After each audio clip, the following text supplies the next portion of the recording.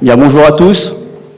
Je remercie l'ambassade de Hongrie qui accueille cette conférence aujourd'hui consacrée à la parution en français du livre « Comprendre la stratégie hongroise » de Balázs Orbán. Alors pour nous accompagner au cours de cette conversation, nous avons des orateurs de choix que je voudrais vous présenter brièvement. Avant tout, Chantal Delsol, vous êtes philosophe, vous avez écrit de nombreux livres, notamment sur l'Europe centrale, et vous avez notamment fait paraître récemment Le crépuscule de l'universel ou encore La fin de la chrétienté. Charles Gave, vous êtes avant tout un financier, un entrepreneur, vous êtes aussi président de l'Institut des libertés. Vous avez publié aussi plusieurs ouvrages, des lions commandés par des ânes, ou encore Sire, surtout ne faites rien, ce qui est intéressant en termes de stratégie politique. C'est pas très loin d'ailleurs. Enfin, André Berkoff, vous avez une longue carrière de journaliste, aussi d'écrivain. Vous aviez commencé dès les années 1960 dans l'Orient le jour. Vous êtes depuis à Beyrouth. Vous êtes un connaisseur chevronné des arcanes politiques autant que médiatiques. Et vous avez également produit de nombreux ouvrages. C'est un honneur de recevoir Balázs Orbán à Paris. Balázs Orbán, vous êtes le directeur politique du Premier ministre Viktor Orbán. Balázs Orbán a une carrière d'abord universitaire, il a étudié la science politique et le droit, il a travaillé au ministère de la Justice dès 2012, il a aussi exercé des responsabilités au Matthias Corvinus Collegium, il est maintenant le président du conseil d'administration du Matthias Corvinus Collegium, donc un cheminement universitaire et intellectuel d'une part, et puis un engagement politique avec des fonctions éminentes aujourd'hui dans l'État hongrois. Ce qui m'amène à une première question générale pour introduire auprès de notre auditoire français cette œuvre et son auteur. Je voudrais d'abord vous demander quelles sont les raisons qui vous ont amené à écrire ce livre. Je voudrais aussi vous demander quelles sont finalement vos responsabilités auprès du Premier ministre, puisque vous avez l'intitulé de votre poste est énigmatique pour des Français. Et puis enfin, je voudrais vous demander quels sont ces principaux piliers de la stratégie politique hongroise telle que vous les définissez dans votre livre. Thank you very much. Good afternoon, ladies and gentlemen. It's a great privilege to be here, and I'm extremely thankful that finally we could make it, and we have a French edition of my first book. I'm very thankful to Thibaut, I'm very thankful to the publisher house, and I'm very thankful to the panelists that you came, and looking forward for our conversation. First of all, about the title, it's very unknown among the French people, this title, Political Director of the Prime Minister, because it's a British concept. So in Britain there is next to a prime minister a so-called policy director who is responsible for strategical thinking and strategical decision-making, supportive work. Actually, it's like putting together a think tank inside the government, and through these think tank activities, supporting the work of the Prime Minister and the Hungarian government, and I'm responsible for leading and managing this team which is doing that kind of job. Obviously, I'm very thankful for this job, not because I'm smart enough to give advices to the Prime Minister, who is the longest serving Prime Minister in Europe, but because I have the privilege to work very close to him and learn from him. And what I learned is that being the Prime Minister of Hungary for such a long time, and being in politics for such a long time, being also in opposition for a very long time, it requires a lot of stamina, energy, and and dedicated work and loving for your country. And here comes why I wrote this book, because it's also a kind of a provocation. The title, the Hungarian title, and obviously the French and the English title is a reference towards that as well, is that we Hungarians, we need to have our own strategy.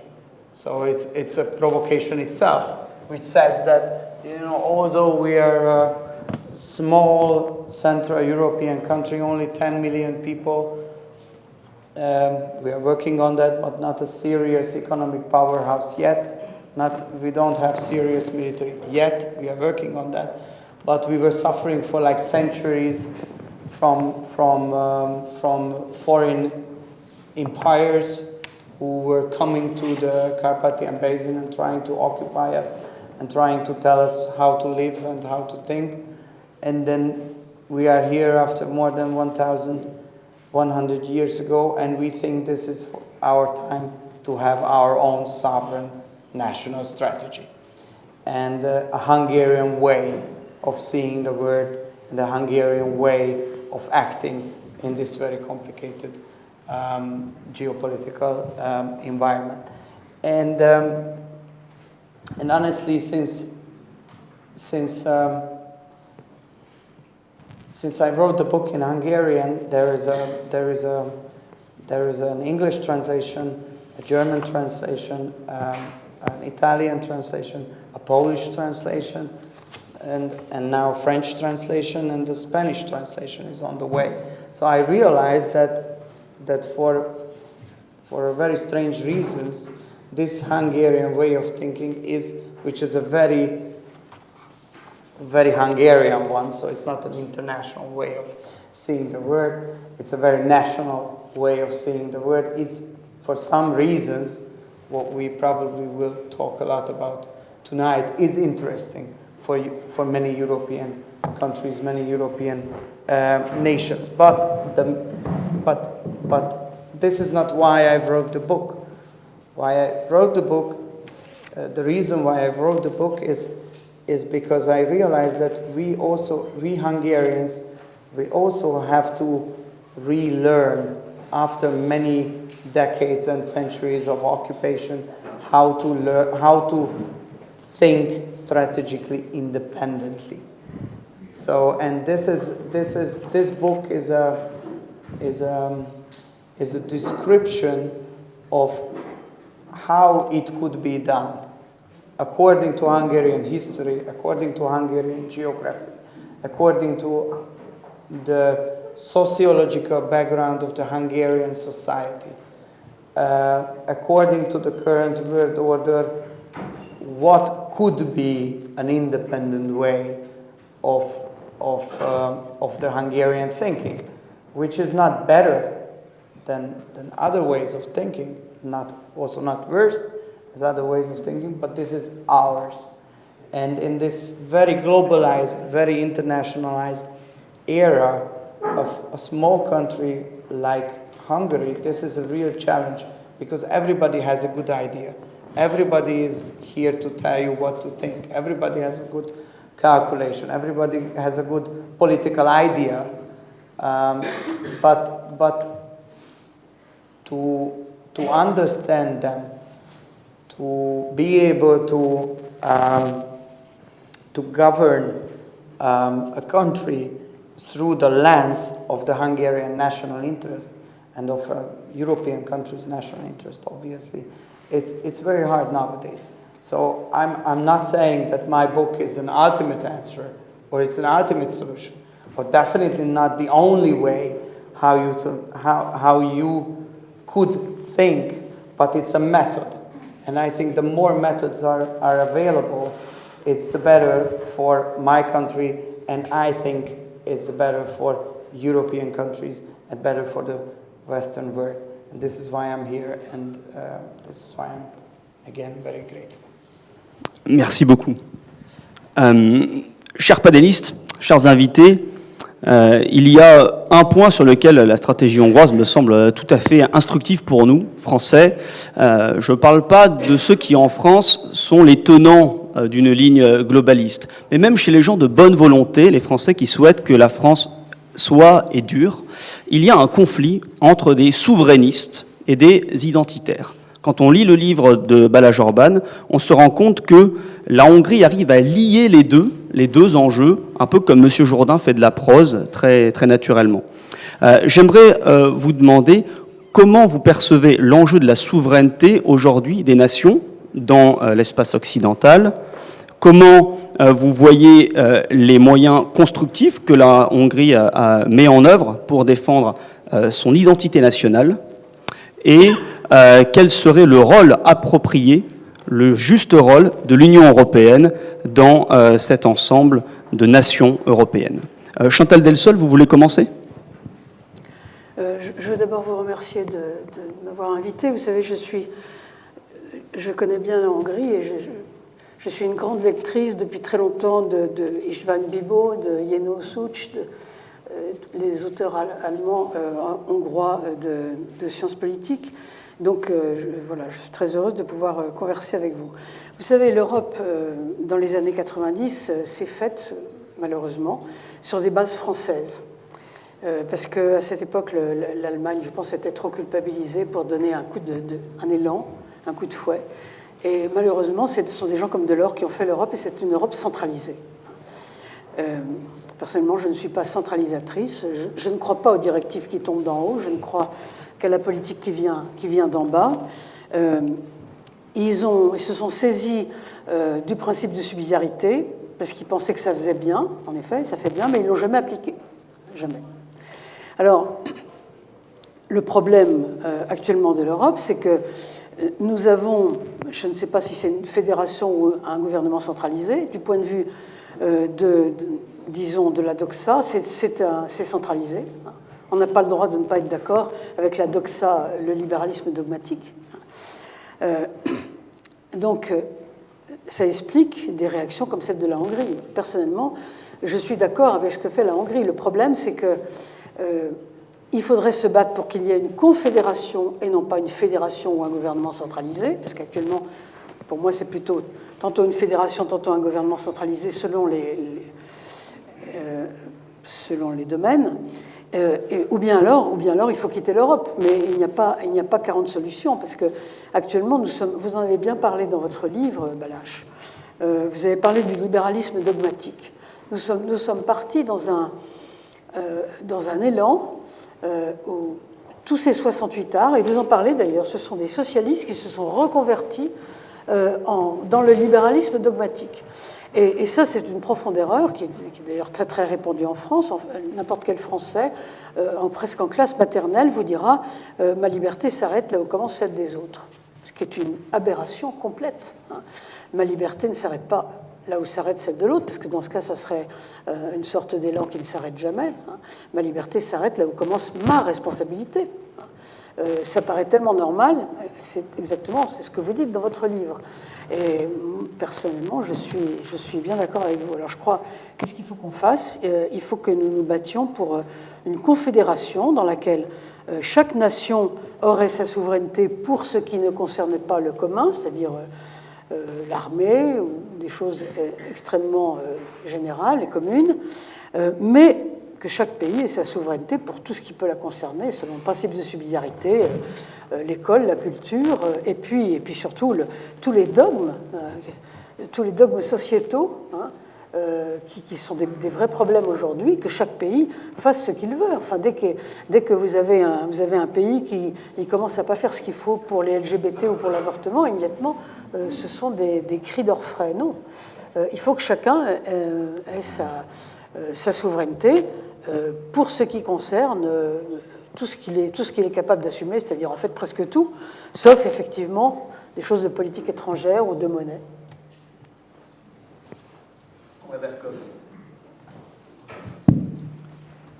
D'abord, je crois que effectivement vous posez la question souveraineté-identité. Je crois que M. Orbán a répondu là-dessus. Je ne comprends pas, moi, la dissociation des deux mots. Ça ne veut rien dire, ça n'existe pas.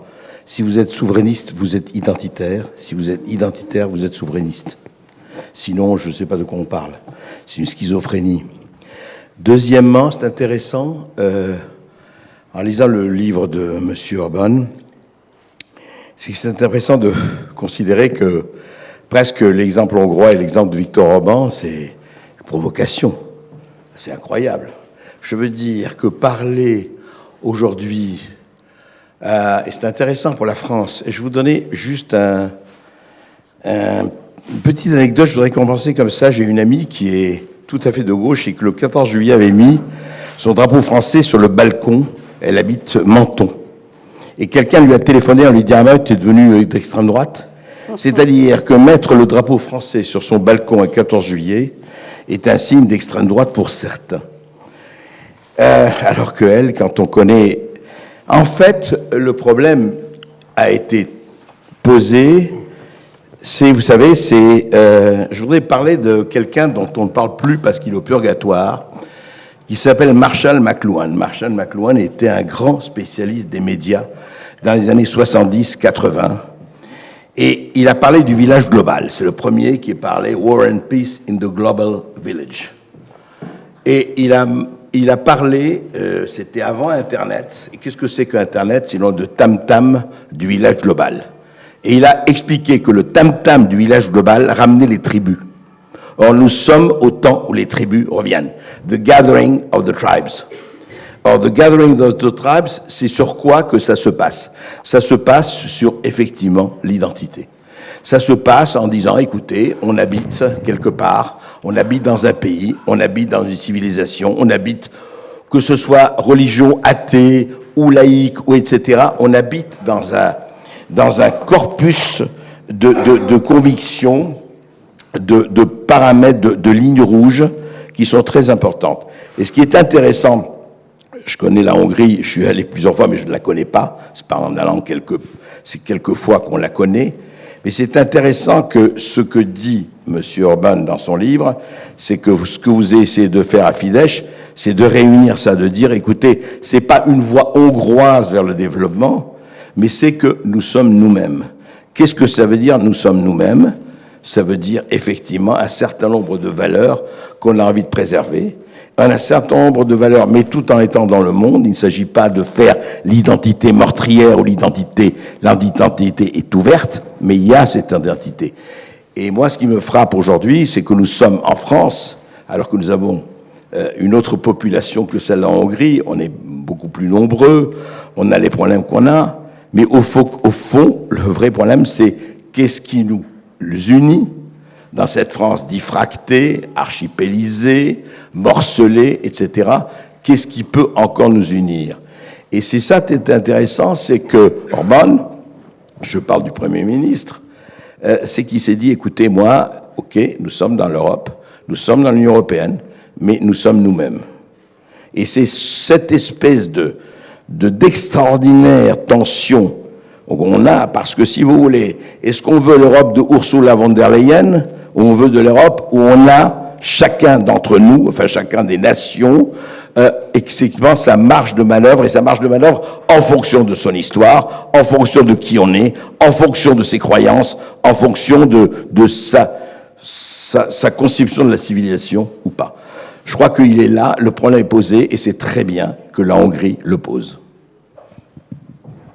Alors j'imagine que c'est à moi. J'ai un micro, donc vous m'entendez, ça va?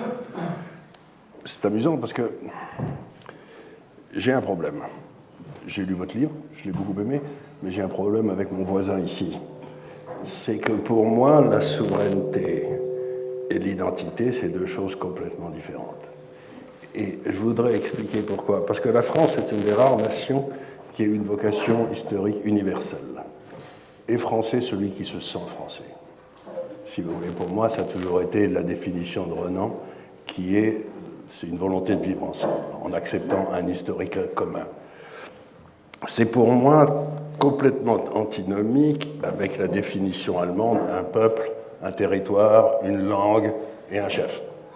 Pour moi, la France, si vous voulez, c'est le pays littéralement de l'universel. Ça paraît un peu sot ce que je dis, mais il y a cette vocation. On est un pays qui avait des idées missionnaires, qui ont changé le monde. Et donc, ce qui m'intéresse, c'est que ce pays reste, si j'ose dire, si je pouvais utiliser une expression un peu triviale, un remarquable merdier intellectuel, où tout le monde a le droit de penser pas comme les autres, etc., ce qu'il a été pendant très très longtemps. Et par contre, il doit garder sa souveraineté. Et cette souveraineté, c'est là ce qui a été bouffé. Donc ce qui m'intéresse dans cette discussion, c'est pas comment on va transformer les Français en Allemands ou en Hongrois, parce qu'on n'y arrivera pas, la bête est trop compliquée, mais par contre, c'est comment on peut rendre à ce peuple sa souveraineté et donc sa fierté. Et donc pour moi, il y a une différence essentielle, et la souveraineté, ça a un certain nombre de critères qui la définissent. La première, c'est la monnaie. Si vous êtes géré comme un cochon, votre monnaie baisse. Si vous êtes bien géré, votre monnaie monte. Donc, on ne peut pas, l'envers et l'endroit de la souveraineté, c'est la monnaie. Donc, à partir du moment où on a vendu notre monnaie à un truc international, on ne peut plus être souverain. Est-ce que vous avez votre monnaie indépendante? Do you have your independent currency? That's perfectly right. So, la première des choses, c'est la monnaie. La deuxième, c'est l'armée. Vous devez avoir une armée qui ne soit pas aux ordres d'un pouvoir étranger. Ça me semble évident, je suis d'une famille d'officiers, on n'avait pas l'habitude d'obéir aux autres. C'était pas dans l'esprit de l'armée française, si vous voulez. La troisième chose, c'est un système d'éducation qui enseigne l'universel. Et pour moi, ça a été ma force toute ma vie, c'est de la rééducation que j'ai reçue quand j'avais 20 ans, ou entre 10 et 30 ans, mettons. Et ça a été un avantage absolument extraordinaire, parce que par l'intermédiaire de ce que j'apprenais, j'accédais à l'universel. Et donc, ce que j'essaye de dire, c'est que j'ai lu ce livre que j'ai trouvé tout à fait remarquable, et Orban, le Premier ministre, a trouvé la solution pour un pays qui est un pays, si j'ose dire, local. Il dit, on est des chrétiens, on veut la famille, on veut une bonne démographie, on veut prendre nos décisions nous-mêmes, mais il ne présente pas de solution pour la France, parce que si j'arrive et je dis on va réintroduire le christianisme comme base de la société en France, je ne peux pas vous dire vous allez être méchamment populaire tout de suite. Alors probablement, compte tenu de l'histoire que vous avez eue avec les Turcs, si vous êtes défini longtemps comme chrétien, parce qu'il y avait les Turcs qui vous occupaient, quoi. C'était évident, tandis que nous, sauf quelques épisodes avec l'Allemagne, personne ne nous a jamais occupés. Donc, je crois que le vrai problème, c'est qu'on attaque l'âme de la France en voulant la ramener à un petit pays. Et pour moi, non, ce ne sera jamais un petit pays. Pour moi, il faut que la France retourne à ses racines éternelles. C'est ce que disait Bernanos, il disait « France, terre des fous, des philosophes et des bâtisseurs de cathédrales ». C'est le pays que j'aime. Merci pour ces remarques complémentaires. Justement, vous parliez de la monnaie. On va parler un petit peu économie. La Hongrie, parce qu'il y a des débats idéologiques, mais aujourd'hui, la puissance est étroitement corrélée à la manière de financer cette puissance. Donc l'économie est tout à fait centrale à notre époque, et de ce point de vue, la Hongrie cherche à attirer des investissements directs étrangers pour être un pays doté d'une base industrielle solide, qui a un fort export, forte balance commerciale positive, et le but, c'est notamment d'être un pilier international dans l'industrie de la batterie. C'est des choix politiques. Balázs Orbán, qu'est-ce que ce type de politique publique nous dit de la stratégie hongroise? Comment faire de l'économie aujourd'hui de manière souveraine? Thank you very much, Thibault, for the question. You are a wonderful moderator because you made perfect reference indirectly to my second book, which will come out this December, and it will have an economy focus. So the first one is more like an ideology or a value focus book. The second one is more an economy focus book, but I think the two books has very strong connections, and the mindset behind the two types of thinking are very similar. So I don't want to jump into the details if we have time, and the first conversation was also very interesting, so I would also be happy to stay on that course, but if we change the course, then it's also fine. So now we are entering an era of multipolar world order, whether we like it or not. It's a fact. It's like a natural phenomenon. And the question is how we Europeans, and obviously a question for me as a Hungarian, how we Hungarians can be successful in this situation. And I think the answer is obvious from a European point of view, and it's quite obvious from a Hungarian point of view, and luckily the two point of views are very similar to each other. So if Europe is signing up to a block logic, a new Cold War logic, if we are signing up for the decoupling strategy, which is advocated by many people from abroad, then we keep losing our economic competitiveness and our economic strength. We are a market, a single market, but only a couple 100 million of people. Meanwhile, we have 8 billion people all over the world. We are technologically advanced, so we Europeans would be able, and now we are able to sell our products to the rest of the world. So if we are closing us, locking us in, signing up for decoupling, stopping cooperation on the field of energy, infrastructure cooperation, or even merging technologies, then we are losing. Because from a demographic point of view, we are smaller than the rest of the world. From an economic point of view, unfortunately, we are not as strong as we used to be. From a raw material or energy resources point of view, we are just like peanuts, not even serious. The only way, or the only area where we Europeans have at least some capabilities is the military, mainly based on the French military and the German military, but compared to United States, compared to China, compared to other superpowers, it's also not as decisive as it was, for example, 100 years ago. So now I think for us it's time to advocate for peace, to advocate for connectivity instead of decoupling, to find the connections in every direction. This is the European interest, or obviously it's highly debated nowadays, even on the European Council level. But according to our understanding, this should be the Hungarian economic strategy, which brings us more prosperity in the upcoming 10 years. In the last decade, we decreased the level of unemployment, we are almost at full employment level. We have a flat tax, we lowered the taxes in general. As you mentioned, we could convince many foreign direct investors from various dimensions, from various directions to come to Hungary and invest here.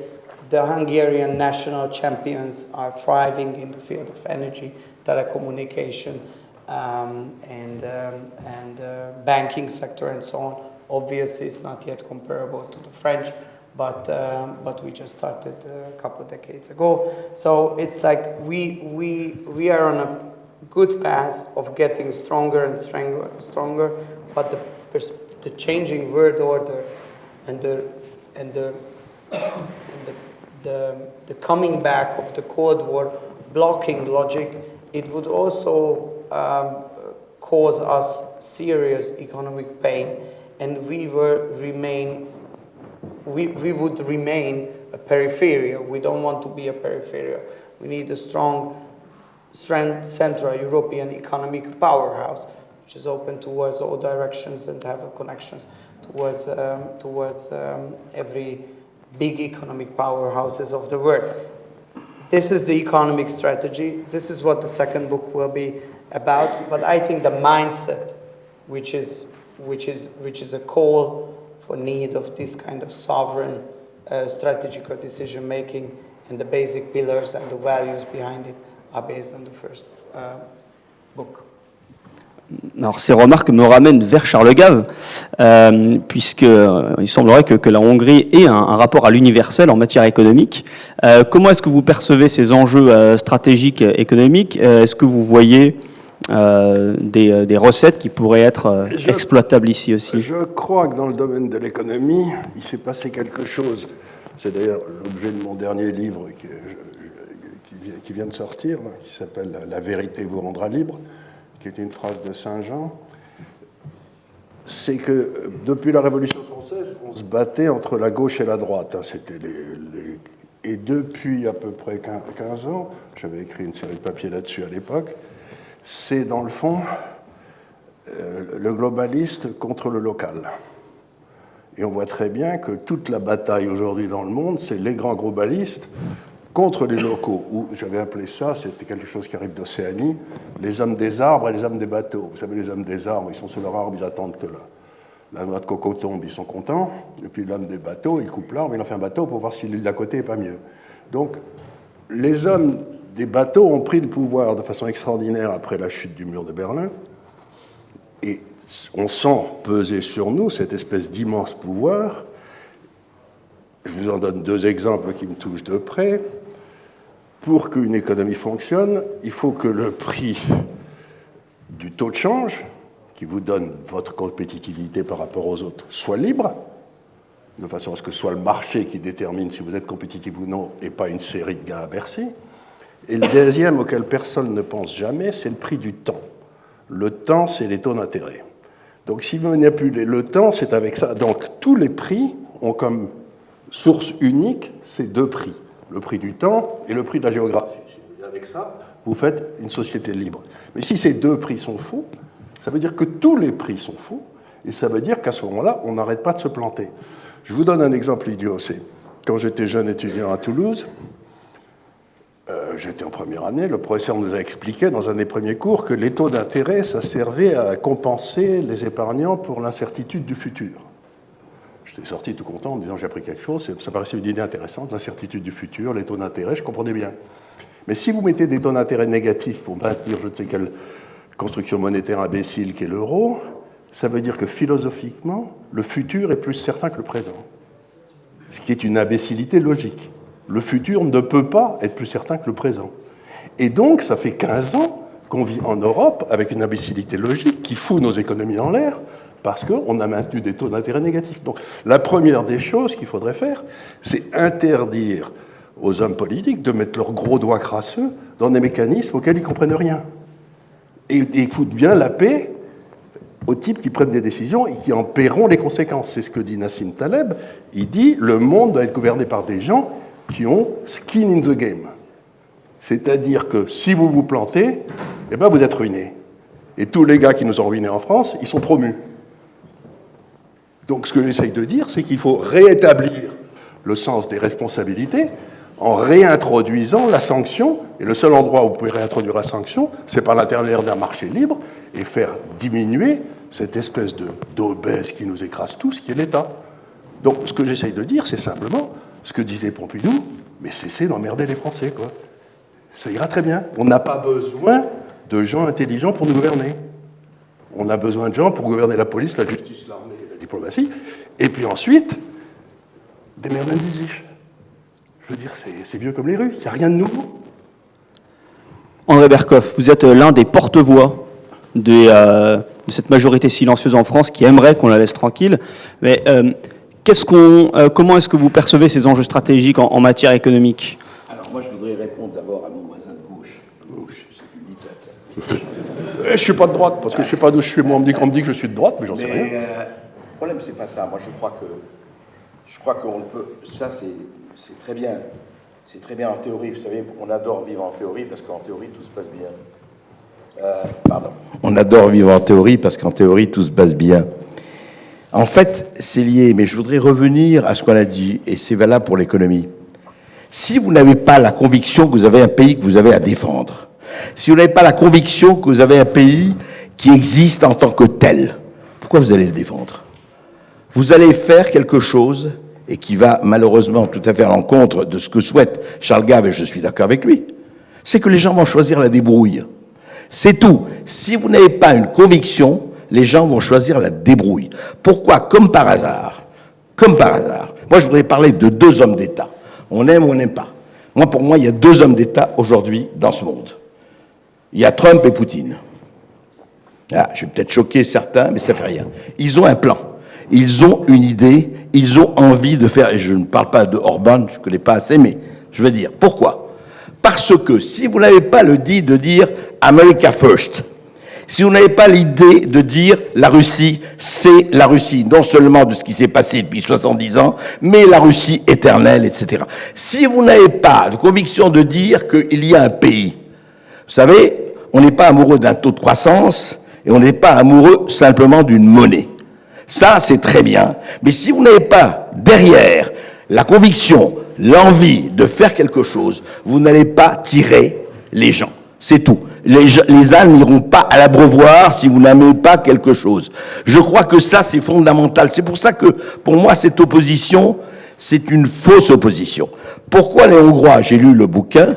Moi, ce qui m'a frappé, c'est qu'il y a justement la synthèse de deux choses. L'envie de se passer, mais le passé, ce n'est pas pour revenir au passé, mais ce n'est pas non plus du passé faisons table rase.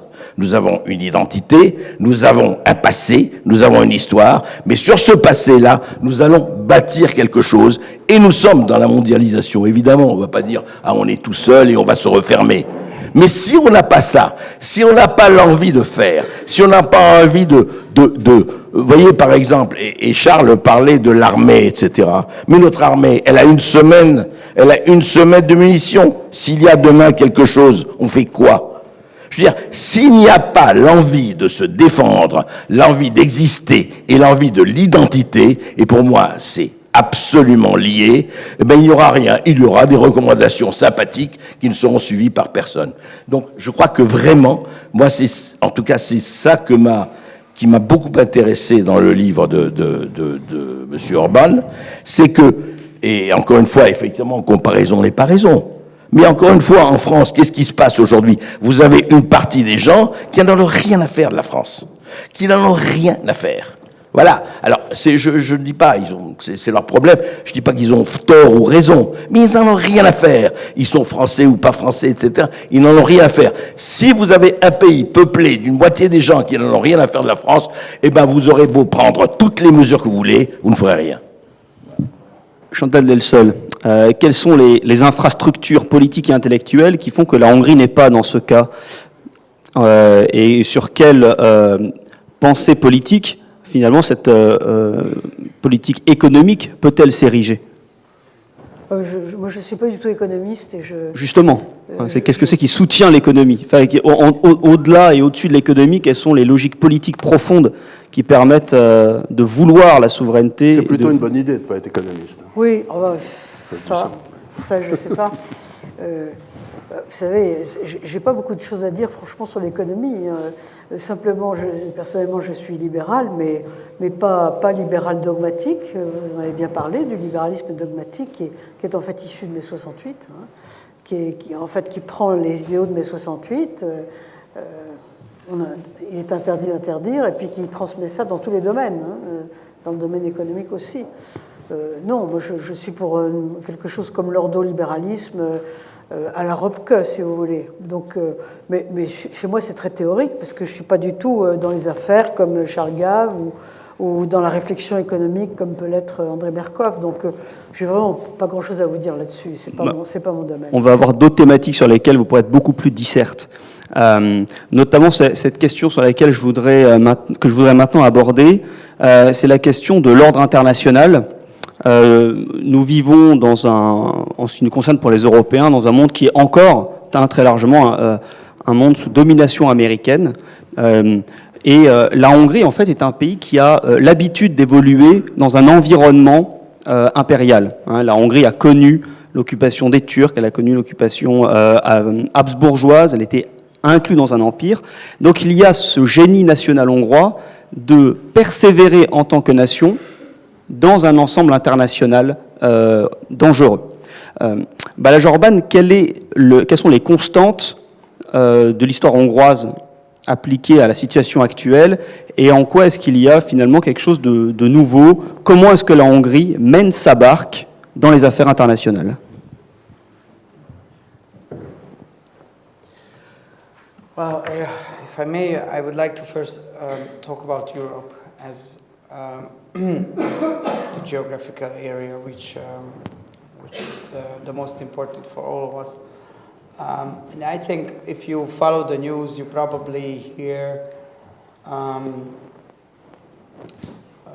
many negative things in the interpretation of the liberal media about Hungary, rule of law procedure, and serious tensions on the budgetary issues, and so on and so on. I think what is very important to realize that these are not Hungarian issues. These are European issues and European questions. And we all have to realize, on the right side especially, liberal right side, classical liberal right side, to make it more broader, that the equilibrium, the power equilibrium inside the European Union is completely changed since the Brexit. Because the idea, as we were talking about it at the beginning, the idea of European integration was a federalist idea at the beginning. Ever closer union. Many of those who put together the European and started the European integration were saying that the end goal, the final purpose of what we're doing is a European superstate. But then the Brits came in. And for the Brits, whether we like it or not, whether we like them or not, for them it was a no-go zone. For Great Britain, for the United Kingdom, it was never an option to end up in a centralized superstate. And all the federalists, they had to accept this as a starting point of negotiations. If they wanted to keep the machine going and the European integration to be successful, they had to find a modus vivendi. They had to find a compromise with the Brits, who were always very harshly opposing the federalist new tools which were planned to be introduced by the federalists who were advocating the idea of centralized superstate. But so this is why, I think for everybody who remained inside the European Union, we have no other chance just to stay in there. But it was a disaster that the Brits left the integration, because since then there is no equilibrium of power. So now the federalists think that they can finish the job. So they can build up a centralized superstate. We can have a joint budget. We have the currency. So now we can push forward to the common budget, common law, Hamiltonian moment. Everybody is talking about that. And every crisis is used as an opportunity to further speeding up and deepening the cooperation. And why Hungary is always in the news? Because we are not opposing this from a tactical point of view. We're not talking about the practical issues which are on the table, but we are opposing it in general. You're right. We're saying that this is not serving the interest of European Union. This is not serving the interest of European integration. It's a pro-European but anti-federalistic position. And they try to do everything to politically hunt us down. They're withdrawing our money. They are just putting pressure from the media, from the NGO side. They are openly financing the opposition, and so on and so on. But this is an ongoing war, and I think it's very important for every European country, because it's about that after Brexit, it happened, it's gone. But we Europeans, we the ones who remain, we have to reintroduce and reestablish an equilibrium of power balance between the federalists and the sovereignties. And we have to be able, Hungary alone cannot stand for a long time, or we can, but it's not good that we are standing only from a governmental point of view alone to try to cool down the situation and try to work on a new balance of equilibrium. And this is why we have the conflicts, and this is what is the most important part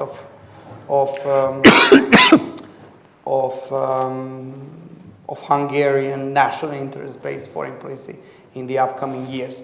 We don't like the confrontation. We don't like the idea that we are alone, we're opposing things. It's not about that, you know, we want to get something and then come up with a compromise and then everybody can go home. It's about the future of European integration.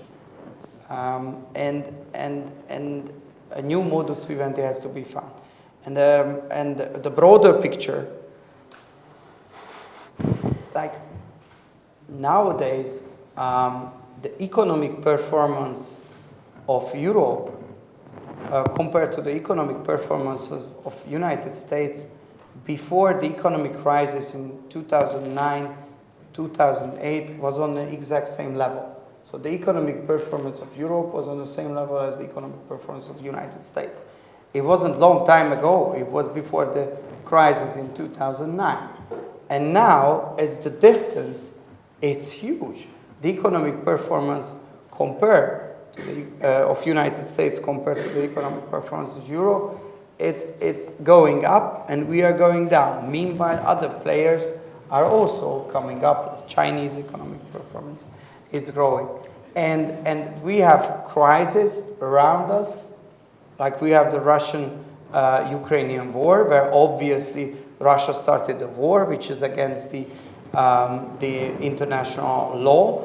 But this is a conflict where everybody can gain something. That we don't know the outcome yet, but it's possible that the Ukrainians gain something. It's possible. It's less possible, but it still has a chance. It's possible that the Russians gain something. It's possible that the United States gets something from that conflict. It's possible that China gets something from the conflict. But what we Europeans can get from this? Nothing. So it's what we are seeing is a negative decline and decay of power, economic performance, competitiveness. This is what we can gain further from this conflict. So it does not serve the interest of Europe, full stop. And the same, I can bring up many more examples where we Europeans should be able to stand up and speak for ourselves. But what I see on the European level, and we with the Prime Minister, we are just very often in Brussels for the European Council meetings. And it's extremely hard even to raise the question, even to provoke a conversation, a strategical conversations about these issues. How should we react on rising economic power of China? How should we react on America as they are able to protect their own interest even against ourselves? How should we react on Russia, which is always part of the European security structure, whether we like it or not, because it's our neighbor? How should we react on the mass migration, which is a phenomenon which makes us on a daily basis weaker and weaker? And it's nowadays in Europe, it's critically and extremely hard, at least to bring up the question and to provoke, or at least to persuade, to start a conversation about these issues. So and I agree that it has some psychological reason behind it why we are not able to do so. So something is problematic inside us as Europeans, and Hungary has a plan. Hungary has a strategy. It cannot be adapted by any other country. Obviously, there are some elements which are attractive for others, like pro-family policy could be attractive even for France or for the United States, but it cannot be implemented by any other country. But we have a strategy, and we try to make ourselves stronger and stronger, and be able to navigate through these turbulent times.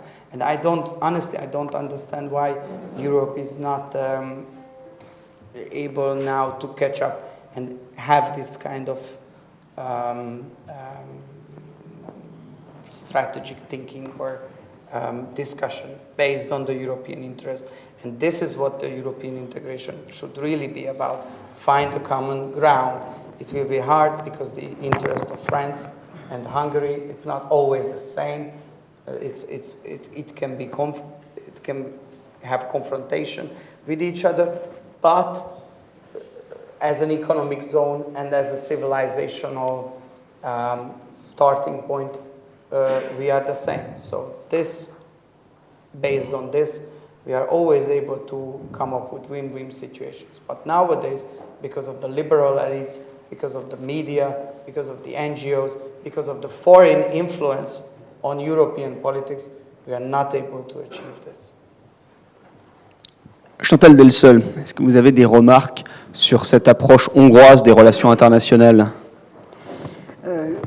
Je comprends assez bien que Balázs ait du mal avec la compréhension de l'Europe, parce que je crois que l'Europe sort de 70 ans, oui, on peut dire, 70 ans je dirais, de kantisme. Vous savez, il y avait un auteur, je crois que c'était Kagan, un Américain, qui avait écrit un livre sur les kantiens et les hobbésiens. L'Europe est kantienne, c'est-à-dire qu'elle cherche uniquement la paix universelle, la morale universelle, la justice universelle. Elle s'imagine que le monde pourrait rouler uniquement sur la morale. Je pense qu'il y a vraiment deux choses qui nous manquent. D'abord, de comprendre qu'un pays a des intérêts. Pourquoi ? Parce qu'il est souverain, il a une identité, il défend son identité, il défend sa culture propre, sa souveraineté, on peut dire, sur le plan politique, c'est ça. Et ça, c'est une chose que les Européens ont à peu près oubliée. Ils l'ont oublié aussi parce que, finalement, ils ne s'aiment plus eux-mêmes. Ils ont tendance à tellement se critiquer eux-mêmes. Au fond, très souvent, ils se détestent eux-mêmes. D'où le problème de l'immigration, d'ailleurs. Donc, ils n'ont pas envie de dire que les intérêts, c'est important. Alors, quand on ne prend plus en compte ses propres intérêts, imaginez une famille qui ne prendrait plus en compte ses propres intérêts, ce serait le foutoir. Enfin, donc, il y a ça. Et puis ensuite, je pense qu'ils ont oublié carrément, parce que c'est plus pratique, que la politique, c'est aussi la force. Ça existe, la force. La politique, c'est pas uniquement les bonnes paroles, c'est pas uniquement la morale, c'est aussi la force. J'ai été frappée, par exemple, quand la guerre en Ukraine a commencé, les Européens ont dit on va vous aider, les amis ukrainiens, etc. Et les Allemands, qui sont pires que les Français sous ce rapport-là, pour des raisons historiques, ont envoyé des casques. C'est sympa d'envoyer des casques. Vous voyez, c'est typique. On fait la guerre avec des casques. Vous voyez comment on peut faire la guerre contre Poutine avec des casques. C'est un peu je pense que notre problème en Europe, c'est que nous n'avons pas encore repris la conscience du tragique. Nous ne savons plus, nous avons oublié que le monde était tragique, que la vie était tragique. Et comme en plus, vous savez, il y avait un auteur polonais, Jan Kot, je crois, qui disait que le grotesque, c'était grotesque tellement important chez vous, en Europe centrale, c'était la tragédie sous un ciel vide. Eh bien, chez nous, en Europe occidentale, le ciel est vide, parce que nous n'avons plus de religion, plus de spiritualité, plus de croyance. Et nous ne pouvons pas supporter une tragédie sous un ciel vide. Donc, nous biffons la tragédie, nous la supprimons. Oui, seulement la tragédie, elle se rappelle à nous, elle existe. La tragédie, c'est Poutine qui rentre en Ukraine, c'est ça la tragédie. Et ça, nous l'avons oublié. Alors, quand nous voyons un truc comme ça, nous disons, mais qu'est-ce qui se passe? Enfin là, c'est quelque chose de tout à fait hors monde, ça ne devrait pas exister. C'est pareil, évidemment, pour le 7 octobre en Israël. Et je crois que nous n'avons pas encore récupéré cette conscience-là. Et quand nous l'aurons récupérée, j'espère, je suis peut-être trop optimiste, mais j'espère que nous allons récupérer. Je ne sais pas ce que vous en pensez, André. Mais à ce moment-là, nous serons capables de faire beaucoup de choses. Mais il nous faut récupérer notre amour de nous-mêmes, parce que nous n'avons pas de raison de nous détester. Nous ne sommes pas parfaits, hein, pas plus que d'autres, mais nous ne sommes pas pires que d'autres non plus. Et il nous faut récupérer la conscience du tragique. Une fois ces deux choses actées, je pense que nous pourrons aller très loin, mais ce n'est pas encore fait. André Berkoff. Ouais. Vaste programme. Est-ce que l'Europe existe? Est-ce que l'Europe existe? Nous avons fait quelque chose d'intéressant. C'est que on a commencé, vous savez, charbon-acier. On a ensuite fait la défense. On a vu ce que ça a donné. Mais à aucun moment, je parle sur un plan pédagogique, éducationnel, on a parlé de ce que c'était que l'Europe. Pourquoi l'Europe aujourd'hui est à la traîne? Pourquoi l'Europe, vous parliez de Russie-Ukraine? L'Europe aurait pu jouer un rôle de médiateur. Non, l'Europe s'est rangée. Regardez ce qui se passe aujourd'hui, 1 an et demi après février 2022, où on en est. Je ne vais pas vous faire la description, vous savez tous ce qui se passe. Mais on fait semblant. On fait semblant. On va se battre jusqu'au dernier Ukrainien. On fait semblant. Voilà. On va se battre jusqu'aux prochaines élections américaines de novembre, c'est-à-dire dans 1 an, de novembre 2024. Il faut quand même arrêter de se raconter des histoires. On sait très bien ce qui se passe. Quand M. Zelensky dit aujourd'hui, écoutez, prêtez-nous de l'argent, on vous rendra à crédit, il n'y a pas de problème, on sait où on est. Tout ça, on le sait. Les responsables le savent, tout le monde le sait, mais on fait semblant. Donc, où est l'Europe? Où est l'Europe à partir du moment, comprenez, il faut arrêter les fables, à partir du moment où l'Allemagne diminue à grande sa vie. Il n'y a plus de centrales nucléaires en Allemagne. Magnifique, formidable. L'Allemagne rouvre les centrales à charbon. Les centrales à charbon, à propos, c'est drôle, les Grünen, l'écologie. Nous sommes là pour l'écologie, nous sommes là pour dépolluer. Centrale à charbon, allez, open bar.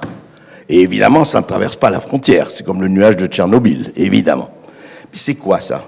Où est la politique européenne?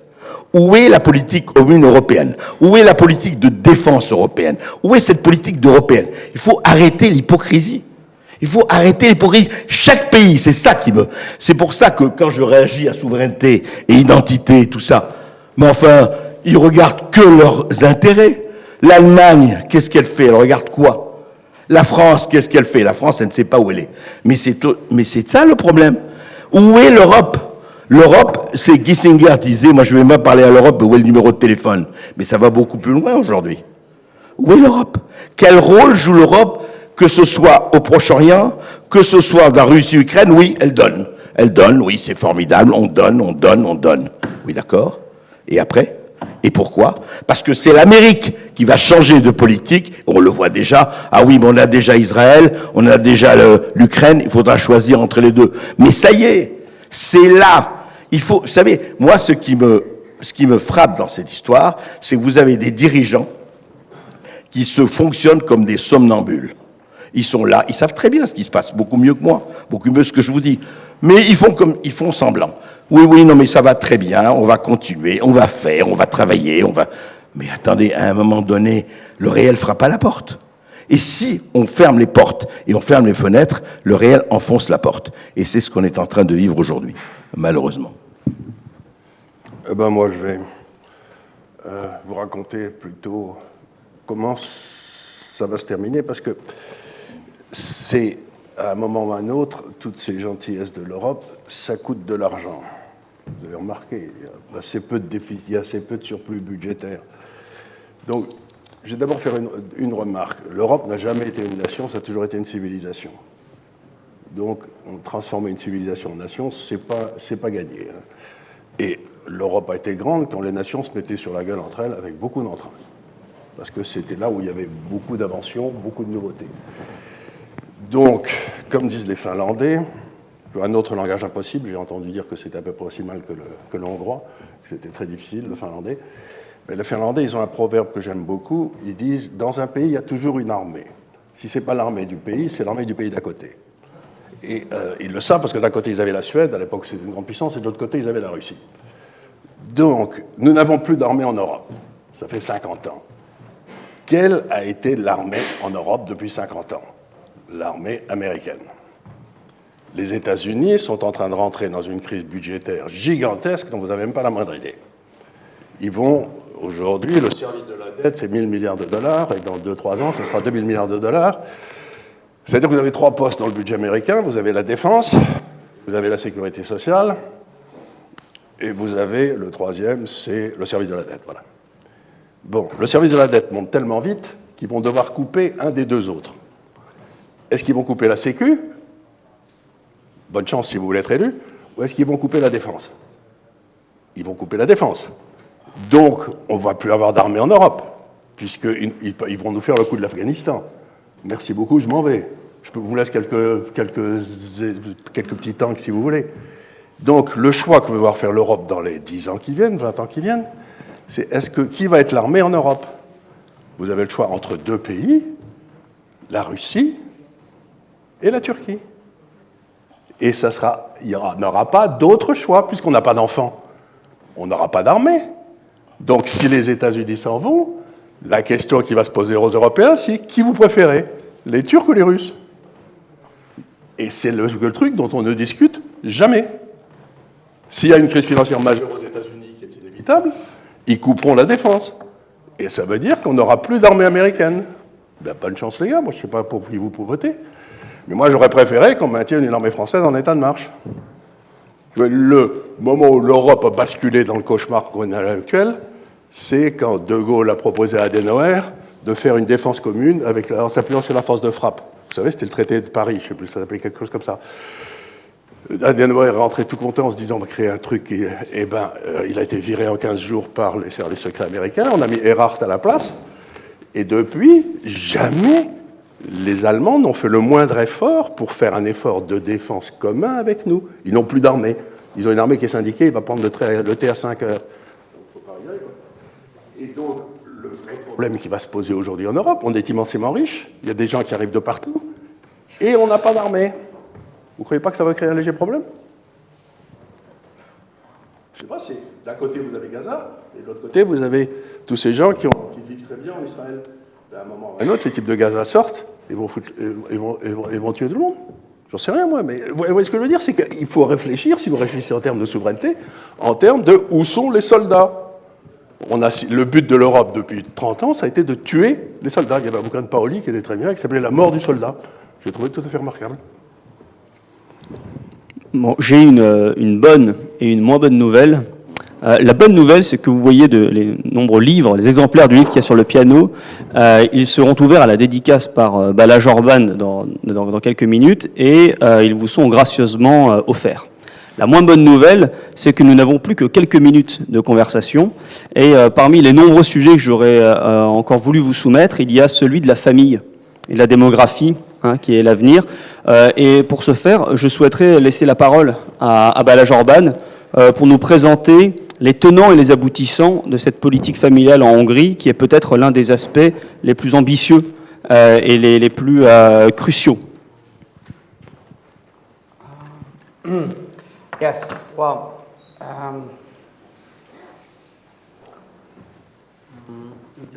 the word is all about reality. Who is the stronger? And as the speakers before me talked about it, you know, the questions are obvious. Whether it's a surprise that we Europeans are getting weaker and weaker since we don't have our capability of defending ourselves, since we have a demographic decline, since we are not lucky enough to have, you know, like natural resources in our souls, since our companies are losing the economic battle against the American and the Chinese and the South Korean and whatsoever companies. So no, I think it's not a surprise. It's obvious that if we are losing territory and political influence in every fields which are defining success in world politics, then we will not be able to stop decline. And it's not like the general declinism in Europe, what we are talking about for like probably centuries, but it's a real figure and statistic-based decline of economic French, German, Central European influence of world politics. And this is why we in Hungary, we think that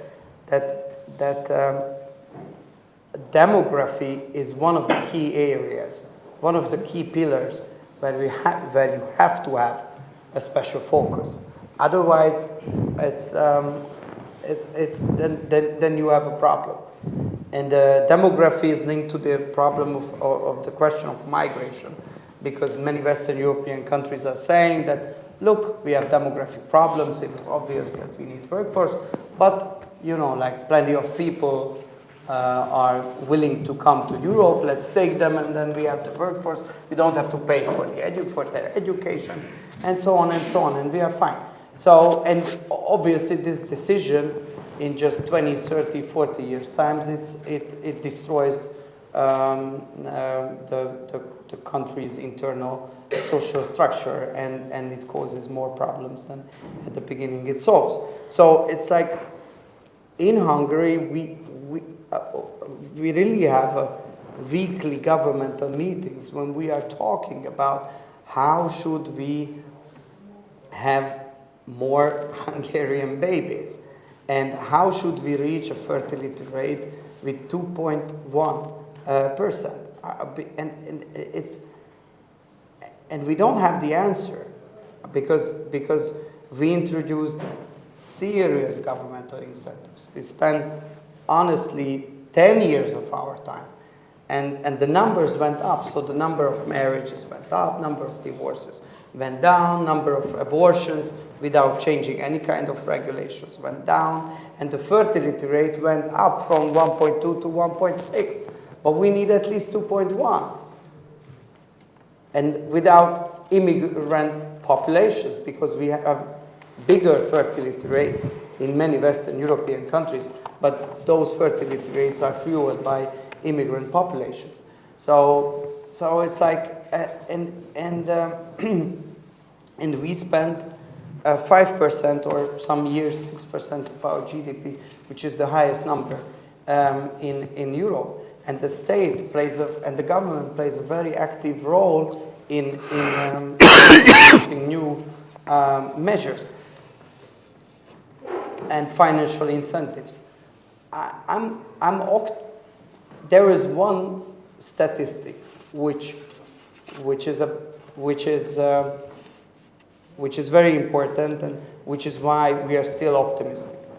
Because if the case is that we have to convince young girls and ladies to have more babies than they want, then we are lost, because it's impossible, especially from the state perspective. You are forcing people to have more children if they don't want to have these children. It's impossible. It's a dead-end street. It's a failed policy, and goes obviously against our own principles as well. But according to all data, according to all statistics, the young women, if you ask them through public opinion polls or surveys how many children they want, their answer is a higher number than they actually get at the end of their life. So it's still the case that Hungarian women and girls, they want to have more children. The problem is that something happens on the way. It's about money, it's about destructive family structures, it's about culture, it's about, there are many factors why they're not, I'm saying promises, but yeah, by their dreams are not coming into effect, but they have their dreams. And on the governmental point of view, what we are doing is we're working on a daily basis how to support them and how to change this general attitude, which is not in favor of fulfilling the dreams of young girls and ladies. And I think from a conservative, and especially from an Anglo-Saxon conservative point of view, it requires a paradigm shift as well. And I have a very open debate about our American friends, because in America, the state should be neutral, state should not be involved in family affairs. it's an era where the state has no obligation at all. This is the Reaganian and Thatcherian type of conservative Anglo-Saxon thinking. In Hungary, this is not how conservative ideas are working.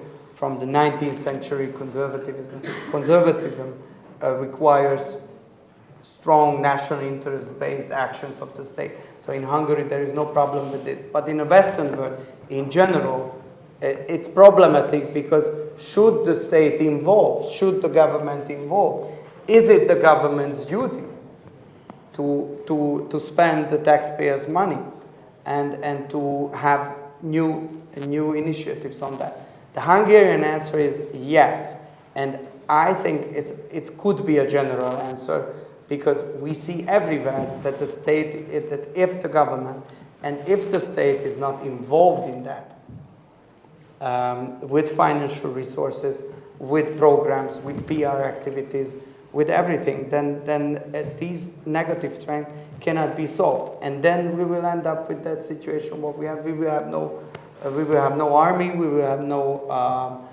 next generation of people, we will have no economic powerhouse, and the rest of the world will end up here and start something new based on the old European way of thinking as it happened with the Roman Empire. So the alternative, if I may say so, is within 30 years, the great news that should be on front page of the newspaper, there will, given the current fertility rate of women, the great news in 40 years is the disparition of the Caucasians. That's absolutely certain. Disparition of the Caucasians, us. We are called Caucasians. You see, the Caucasian. White, because that's the way in the US. Yeah, oh, okay, yeah. That's in the US, they say, look, it's we are called Caucasian, or you're Indians, or you're in Hungary, it's like in Hungary, it's not a race-based issue at all. No, because should be. And it has no connotation like this. And I think it's not. But if we don't do anything, we disappear. What I'm trying to say, it's not a forecast. It's at today's fertility rate. We disappear in 50 years. Yeah, this is guaranteed. Yes. I agree with you, but the problem is that something else will be there. I'm not saying it's this one, what we have now, it's more superior than what will come. But the risk of this kind of civilizational change, it's huge. I agree. And it's not worth to take that kind of risk, because then our children will be grown up in this transition period of time, and the transition period of time, if we are talking about civilizational transition period of time, when you change your religion, when you change your culture, when you change your language, it comes together with insecurity and instability. And then we are starting a very conflict-based, war-based period of time in Europe, and we don't want to. Just, Mr. Orban, what you say, very interesting, is when you discuss about this with your European colleagues, they don't answer. No, of course. That's the problem. The most fundamental thing that you said, that when you discuss about all these absolutely important things, they don't answer. That's the dramatic thing, you know. Peut-être doit-on conclure sur ces considérations peut-être pas optimistes, mais qui justement nous rappellent à nos obligations et nous font sortir de ce lieu plein d'enthousiasme pour remplir nos obligations. Mais en attendant, chers amis, j'ai le plaisir de vous rappeler que les livres seront à dédicacer, et puis que l'ambassade a la délicatesse de vous convier à un vin d'honneur. Donc, je vous remercie pour votre présence. Je remercie nos panélistes et Balázs Orbán. Merci à tous.